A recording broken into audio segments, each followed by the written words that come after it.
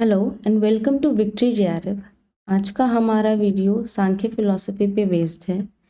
तो स्टार्ट करते हैं सांख्य फिलॉसफी के इंट्रोडक्शन और उसके ओरिजिन से। Sankhya philosophy is oldest school of philosophy, यानी कि सांख्य फिलॉसफी सबसे पुराना फिलॉसफी मानी जाती है। ऐसा माना जाता है कि षड दर्शन में ये सबसे पुरानी फिलॉसफी है। जो 6 षड दर्शन हम पढ़ते हैं, सांख्य, योग, न्याय, वैशेषिक,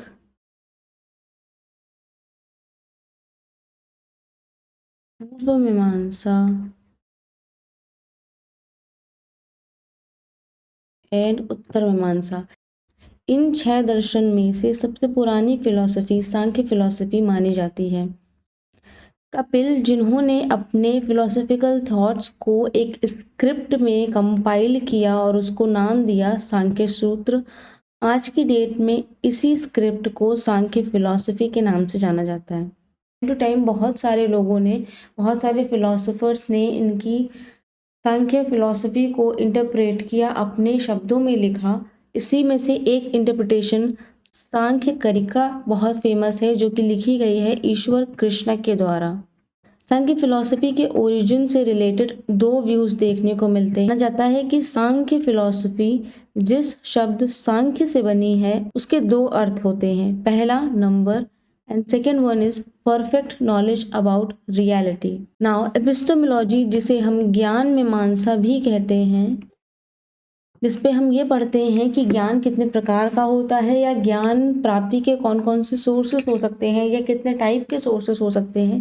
सांख्य दर्शन में माना जाता है कि नॉलेज गेन करने के लिए 3 इंडिपेंडेंट सोर्सेस होते हैं। सोर्सेस को हिंदी में प्रमाण कहते हैं। सांख्य फिलॉसफी मानती है कि ज्ञान प्राप्ति के लिए 3 प्रमाण होते हैं: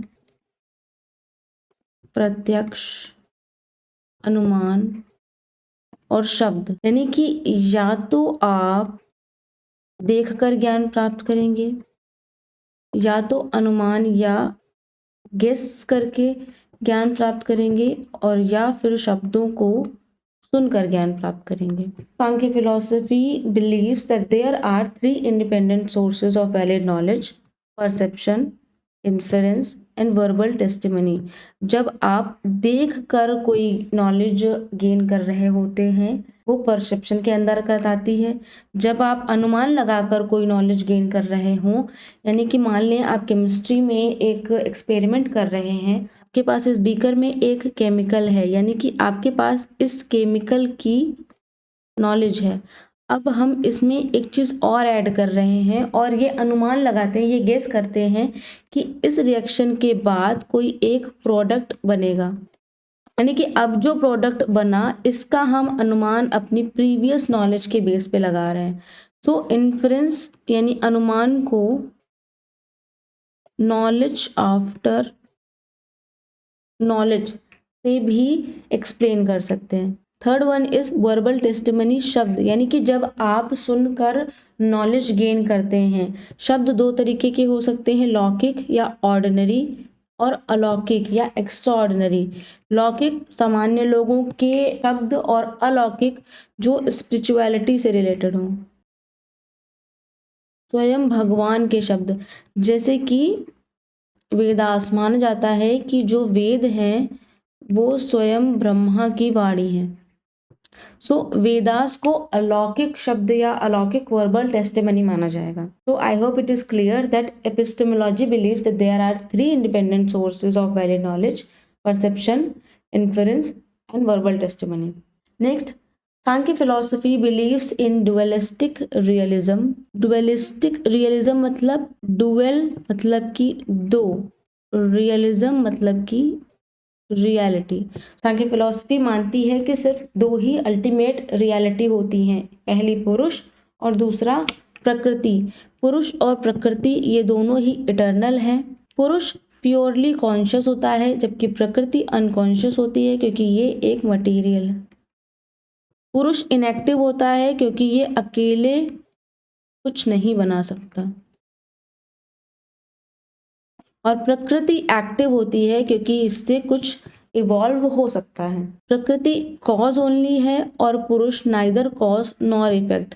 हम आगे इवोल्यूशन के प्रोसेस में देखेंगे कि पुरुष स्वयं ना तो किसी से बना है और ना ही पुरुष से आगे कोई इवोल्यूशन होता है, इसलिए पुरुष कारण भी नहीं है और प्रभाव भी नहीं है, यानी कि नाइदर कॉज नॉर इफेक्ट। और इवोल्यूशन के प्रोसेस में ही हम आगे देखेंगे कि प्रकृति से पहला प्रोडक्ट जो इवॉल्व होता है वो होता है महत, यानी कि प्रकृति किसी से इवॉल्व नहीं हुई है, यानी कि प्रकृति इफेक्ट तो नहीं है लेकिन प्रकृति से फर्दर कुछ इवॉल्व हो रहा है, इसलिए प्रकृति कॉज है, क्योंकि प्रकृति ही अल्टीमेट रियलिटी है। सारी की सारी चीजें प्रकृति से ही इवॉल्व हुई हैं। सांख्य दर्शन में ये कहा गया है कि हमारा जो ब्रह्मांड है वो लगातार सर्ग और प्रलय के चक्र से इवॉल्व हो रहा है, यानी कि सर्ग और प्रलय के चक्र से हमारा ब्रह्मांड लगातार विकसित होता चला जा रहा है, ये सांख्य फिलॉसफी का कहना है। सेकेंड, सांख्य फिलॉसफी और योग फिलॉसफी दोनों एक दूसरे के थ्योरेटिकल और प्रैक्टिकल एस्पेक्ट्स माने जाते हैं, ऐसा गीता में कहा है, भगवत गीता में। यानी कि सांख्य फिलॉसफी में हम जो भी थ्योरी में पढ़ते हैं, योग फिलॉसफी में उसको अप्लाई किया जाता है या उसका प्रैक्टिकल किया जाता है। तो सांख्य फिलॉसफी एंड योग फिलॉसफी ये दोनों ही एक दूसरे के सैद्धांतिक और व्यवहारिक पक्ष हैं। Now evolution of Sankhya philosophy, जिसमें 25 मेटाफिजिकल कैटेगरीज की बात की जाती है। माना जाता है कि सांख्य फिलॉसफी के अनुसार इवोल्यूशन के दौरान 25 मेटाफिजिकल कैटेगरीज विकसित होती हैं, जिसमें पहली है पुरुष, दूसरी है प्रकृति। हमने देखा था कि सांख्य फिलॉसफी के अकॉर्डिंग ये दोनों अल्टीमेट रियलिटी हैं। इन दोनों के कॉम्बिनेशन से पहला प्रोडक्ट बनता है महत, जिसका साइकोलॉजिकल एस्पेक्ट इंटेलिजेंस या बुद्धि मानी जाती है। अब महत से फर्दर इवॉल्व होता है अहंकार। अहंकार जिसके 3 पार्ट्स होते हैं, सत्व, रजस और तमस। सत्व जो हमें पॉजिटिविटी की ओर लेकर जाता है, तमस जो हमें निगेटिविटी की ओर लेकर जाता है, और रजस जो दोनों में बैलेंस बनाने का काम करता है। सो पुरुष से कुछ इवॉल्व नहीं हो रहा है और पुरुष भी किसी से इवॉल्व नहीं हुआ है, तो पुरुष ना तो कॉज ना ही इफेक्ट। प्रकृति से महत बन रहा है, इसलिए प्रकृति इफेक्ट तो नहीं है लेकिन प्रकृति कॉज है। महत किसी से इवॉल्व हुआ है और महत के आगे फर्दर चीजें इवॉल्व हो रही हैं, इसीलिए महत कॉज भी है और इफेक्ट भी है। नेक्स्ट, अहंकार भी महत से इवॉल्व हो रहा है और अहंकार से भी फर्दर चीजें इवॉल्व हो रही हैं, इसलिए अहंकार भी कॉज एंड इफेक्ट दोनों है।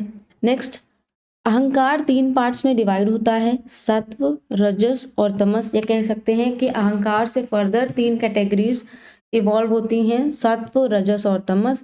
सत्व से फर्दर नेक्स्ट प्रोडक्ट बनता है मनस, ये है 5वीं कैटेगरी। इसके बाद सत्व से ही हमारी ज्ञानेंद्रियां विकसित होती हैं, यानी कि नाक, कान, आँख, त्वचा और जीभ, nose, ears, eyes, skin and tongue. सत्व से ही फर्दर हमारी कर्मेंद्रियां भी विकसित होती हैं, माउथ, हैंड, फीट, जिनसे हम काम करते हैं, ऑर्गन ऑफ एक्सक्रीशन या एनस, सेक्स ऑर्गन या ऑर्गन ऑफ जनरेशन। तो सत्व से फर्दर 3 कैटेगरीज में इवोल्यूशन होता है, मनस, ज्ञानेंद्रियां, 5 ज्ञानेंद्रियां, 5 कर्मेंद्रियां। रजस से फर्दर कुछ इवोल्यूशन नहीं होता है। उसके बाद तमस फर्दर इवोल्यूशन करता है सटल एसेंस या तंत्रास को। सो रजस से कुछ भी इवॉल्व नहीं होता। तमस से इवोल्यूशन आगे बढ़ता है, जिसमें हम देखते हैं 5 तंत्रास को या 5 तंत्र को, साउंड शब्द, टच स्पर्श, फॉर्म रूप, टेस्ट रस, स्मेल गंध।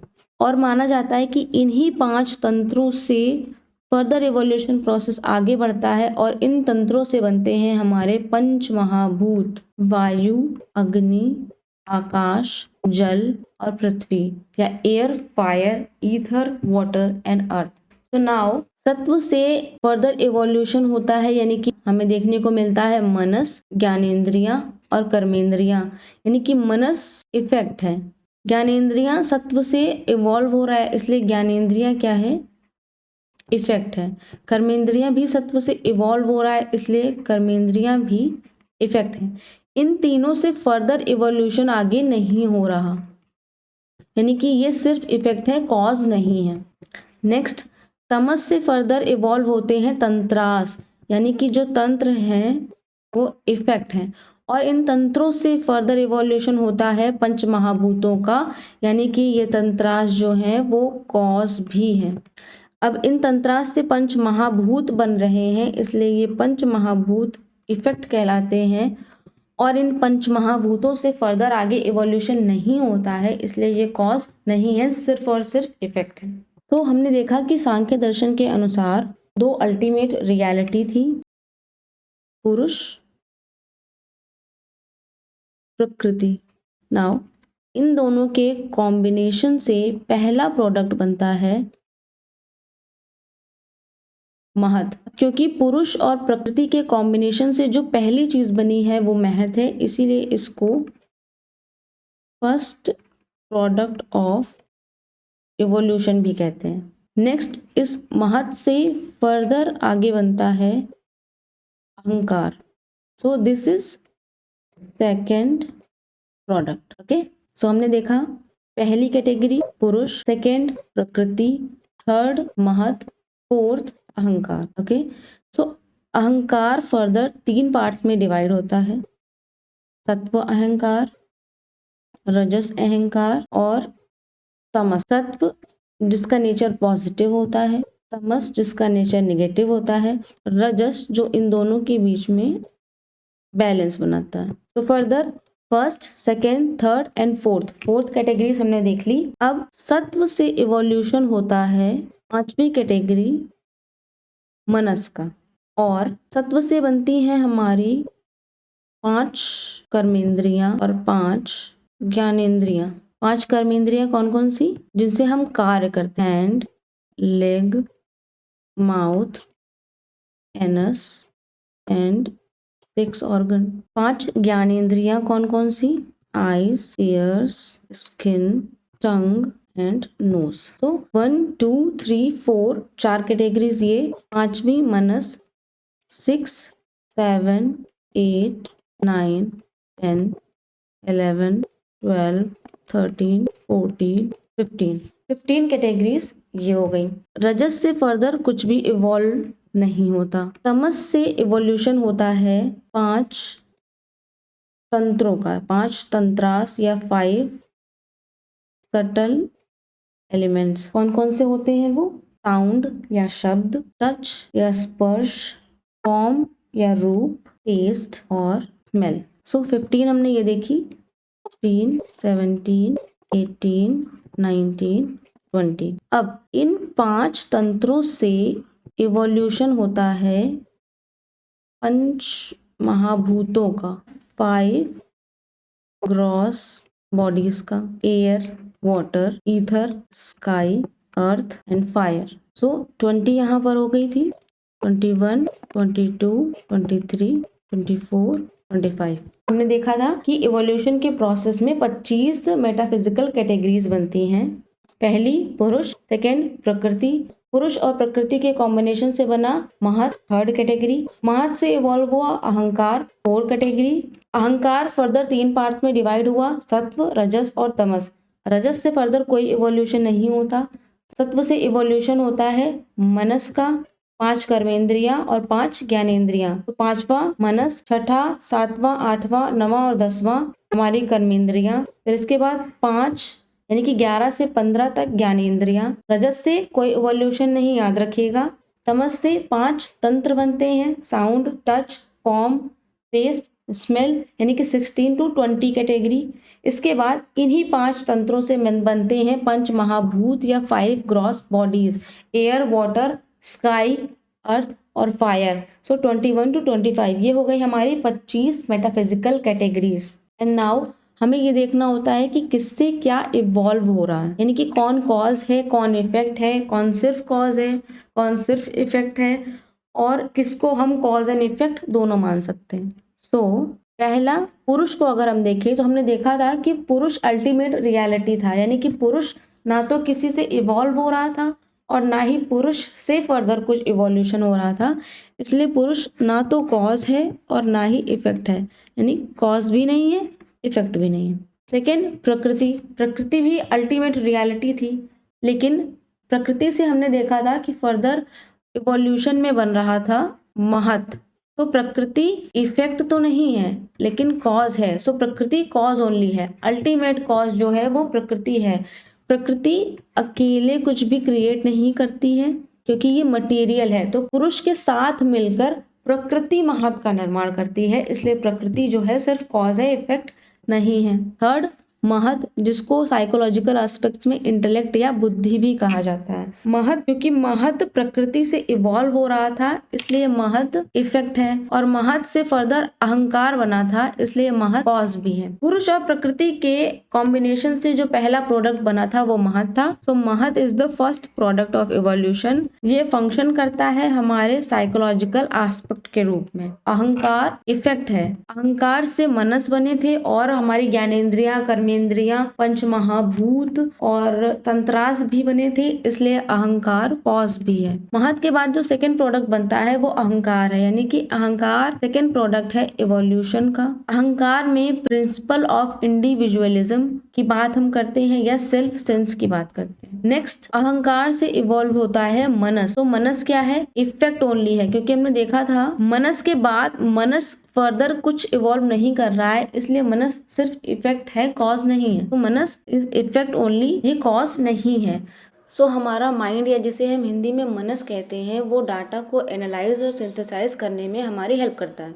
नेक्स्ट, सांख्य फिलोसफी का मानना है कि संसार में जितनी भी ऑब्जेक्ट्स हैं उन सब में 3 गुण प्रेजेंट होते हैं। इनमें से कोई भी अकेला एग्जिस्ट नहीं करता है, यानी कि हर एक ऑब्जेक्ट में तीनों गुण होंगे, सत्व, रजस, ये तीनों हमेशा एक साथ उपस्थित होते हैं। ईच गुण tries to dominate the other two, यानी कि हर एक गुण कोशिश करता है कि बाकी 2 के ऊपर डोमिनेट कर सके, और जिस व्यक्ति में जो भी गुण डोमिनेट करता है वो उसी टाइप का पर्सन कहलाता है। कभी कभी इन गुणों में ट्रांसफॉर्मेशन देखने को मिलते हैं, यानी कि ये जो गुण है वो आपस में ही रूपांतरित होते रहते हैं। तो 2 प्रकार के ट्रांसफॉर्मेशन देखने को मिलते हैं, स्वरूप और विरूप। स्वरूप किसी भी अलग गुण को डिस्टर्ब किए बिना जब सेम जितने भी गुण हैं वो सारे आपस में इंटरचेंज हो जाते हैं तो उसे स्वरूप कहते हैं। विरूप, जब भी एक गुण बाकी दोनों पर डोमिनेट करने की कोशिश करेगा तो वो जो डोमिनेशन की स्टेज होती है वो विरूप कहलाती है। तो 2 प्रकार के ट्रांसफॉर्मेशन होते हैं गुणों में, पहला स्वरूप और दूसरा विरूप। स्वरूप एस मतलब सेम या होमोजीनियस ट्रांसफॉर्मेशन भी कहते हैं, क्योंकि इसमें क्या होता है कि जो सेम गुण होते हैं वो आपस में इंटरचेंज हो जाते हैं बिना किसी दूसरे गुण पर इफेक्ट डाले बिना। पर विरूप के केस में क्या होता है, each tries to dominate the other, domination की स्टेज आती है, यानी कि एक गुण बाकी दोनों पर डोमिनेट करने की कोशिश करता है। तो ऐसे केस में जो ट्रांसफॉर्मेशन होता है वो विरूप ट्रांसफॉर्मेशन कहलाता है। नेक्स्ट, सांख्य फिलोसफी के अनुसार एजुकेशन के क्या क्या फंडामेंटल्स हैं। फर्स्ट, इनका मानना है कि हमारा जो अंतःकरण है, यानी कि हमारा जो इनर सेल्फ है, वो 3 चीजों से मिलकर बना हुआ है। मन यानी माइंड से, अहंकार ईगो या कॉन्शियसनेस से, और बुद्धि इंटेलेक्ट या महत से। इसके साथ ही सांख्य फिलॉसफी मुक्ति को बहुत ज्यादा इम्पोर्टेंट मानती है। मुक्ति या लिबरेशन, ये कहती है कि मुक्ति ही हमारी लाइफ का अल्टीमेट पर्पस है। 2 प्रकार की लिबरेशन को सांख्य फिलॉसफी मानती है। फर्स्ट, जीवन मुक्ति एंड सेकंड, विदेह मुक्ति। जीवन मुक्ति में जब आप जीवित रहते हुए मुक्ति पालें, और विदेह मुक्ति यानी कि देह त्याग के बाद, आफ्टर डेथ। तो जीवन मुक्ति का मतलब है कि जब आप वर्ल्डली सफरिंग से, यानी कि जितने भी सांसारिक दुख है उन सब से फ्रीडम पा लें और अपने आप को, आपकी जो भी एग्जिस्टेंस है उसकी सच्चाई जान लें। वाइल लिविंग ऑन अर्थ, जीवित रहते हुए जब आप मुक्ति पा लें संसार के दुखों से, आप खुद को आजाद कर लें, तो वो जो लिबरेशन का टाइप होता है उसे जीवन मुक्ति कहते हैं। एंड सेकेंड, विदेह मुक्ति, जब व्यक्ति जीवित नहीं है। सो लिबरेशन की सांख्य थ्योरी को अपवर्ग, पुरुषार्थ या समम बोनम ऑफ लाइफ कहा जाता है। अपवर्ग, पुरुषार्थ या समम बोनम ऑफ लाइफ कहा जाता है। ये टर्म काफी इंपॉर्टेंट है। दिस वन ऑल्सो, ये दो टर्म्स को आप बहुत ध्यान में रखिएगा। माना जाता है कि सांख्य दर्शन अनीश्वरवादी और आस्तिक दोनों है। सांख्य फिलॉसफी अनीश्वरवादी भी मानी जाती है और आस्तिक भी मानी जाती है। अनीश्वरवादी क्यों? क्योंकि ये गॉड में बिलीव नहीं करते। और आस्तिक क्यों? क्योंकि ये वेदास में बिलीव करते हैं। तो सांख्य फिलॉसफी अनीश्वरवादी भी है और आस्तिक भी है। इसके अलावा हमने ये भी देखा कि ये सबसे पुरानी फिलॉसफी है। इसको लिखने वाले थे कपिल मुनि। इसका इंटरप्रिटेशन किया ईश्वर कृष्णा ने। कपिल मुनि ने जो लिखी थी उसे सांख्य सूत्र कहा गया और ईश्वर कृष्णा ने जो लिखी उसे सांख्य करिका कहा गया। नाउ सांख्य फिलॉसफी दो अल्टीमेट रियलिटी को मानती है, पुरुष और प्रकृति। पुरुष जो कॉज भी नहीं है, जो इफेक्ट भी नहीं है, और प्रकृति जो हर चीज का अल्टीमेट कॉज मानी जाती है। नेक्स्ट हमने देखा था कि जो सांख्य फिलॉसफी थी वो बनी है सांख्य शब्द से, जिसके दो अर्थ निकलते हैं, एक नंबर या संख्या और दूसरा परफेक्ट नॉलेज। सांख्य फिलॉसफी में ज्ञान प्राप्ति के लिए 3 प्रमाण या 3 सोर्स बताए गए हैं। परसेप्शन यानी कि प्रत्यक्ष, इन्फेरेंस या अनुमान, वर्बल टेस्टिमनी या शब्द।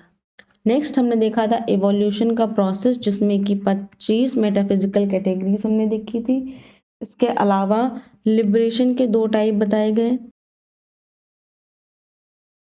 जीवन मुक्ति और विदेह मुक्ति। जीवन मुक्ति वाइल बीइंग अलाइव और विदेह मुक्ति आफ्टर डेथ। और लिबरेशन की सांख्य थ्योरी को अपवर्ग, पुरुषार्थ या समम बोनम ऑफ लाइफ कहा जाता है। That's all for this video. Thank you for watching.